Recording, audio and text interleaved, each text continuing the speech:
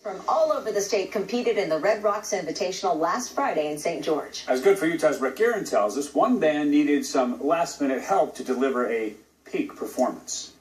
The Lone Peak High School marching band practiced for this for 6 months. It's just the culmination of the hard work the kids put in all year. But last Friday in St. George, disaster struck. As the kids were taking their uniforms off the cart, the drum majors realized they couldn't find their uniforms. That's because the two uniforms had been left behind in Highland, 275 miles away. With no uniforms for either of their on-field leaders and the performance just 1 hour away, the Lone Peak Band was in a major predicament until members of a rival band gave them the shirts off their backs and their pants. We begged, borrowed, and steal from 3 or 4 students to, patch the uniforms together. They just made a miracle. They cut apart gloves and gauntlets and they pinned it all together. You couldn't tell from far away, but up close you could see all the pins. And I couldn't wait to see the drum majors walk on the field. And when they walked on, I could not tell.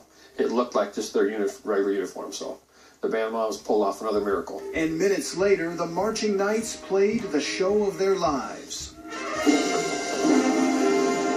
It was great. It was probably it was the best performance we had all year long. But the drama wasn't over. They had to give the uniforms back in time for the Cavemen to perform. Their drum majors ran off the field and tore off the uniforms, gave it to our drum majors, and they undid all of the modifications, and they were able to make it in time for our warm-up. It was a lot of running around and a lot of what maybe looked like chaos, but it worked out great in the end. When the votes were all tallied, it was a win-win. American Fork won the Class 5A championship, and Lone Peak brought the 3A trophy back home. We're just happy they were there for us. In Highland, Rick Aaron, Good for Utah.